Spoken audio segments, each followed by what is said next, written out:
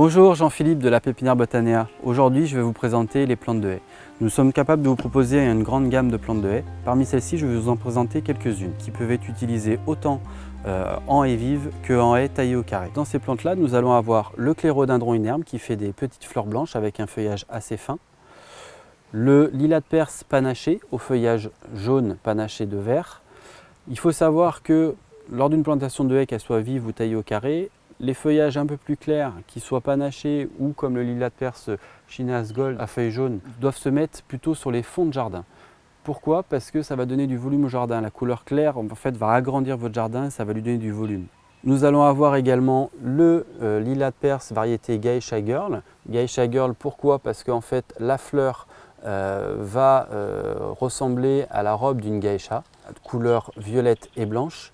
Il faut savoir qu'elle a également une odeur qui va s'apparenter un petit peu à du pain d'épices. Ensuite, vous allez avoir le lilas de Perse à fleurs blanches qui va être quasiment comme le Geisha Girl, avec une petite différence, c'est que la fleur est blanche. Vous avez également le Ligustrum ou Troène de Chine, avec une fleur blanche en bouquet qui est très odorante également.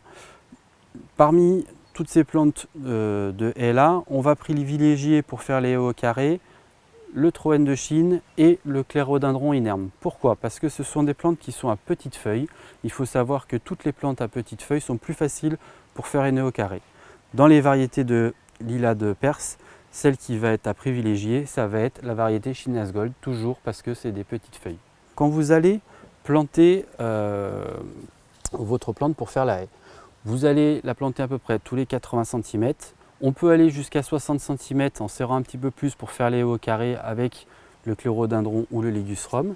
Et la chose importante, que ce soit une haie au carré ou une haie vive, va être de la tailler régulièrement de façon à ce qu'elle se densifie. Parce que le but d'une haie, c'est qu'elle soit relativement dense.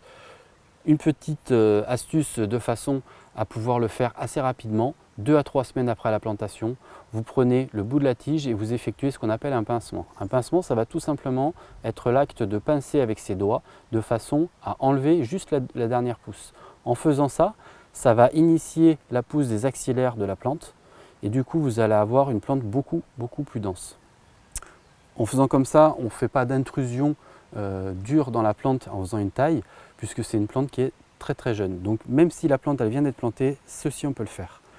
Dernière chose importante, pensez à mettre de l'engrais régulièrement dans vos plantes, au moins une fois par mois, de façon à ce que la pousse soit continue et puisse vous donner quelque chose de vraiment très dense avec le maximum d'axillaires possible.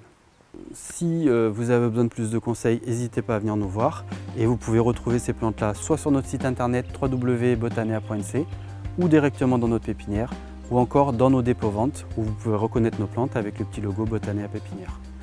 Je vous remercie et puis à bientôt.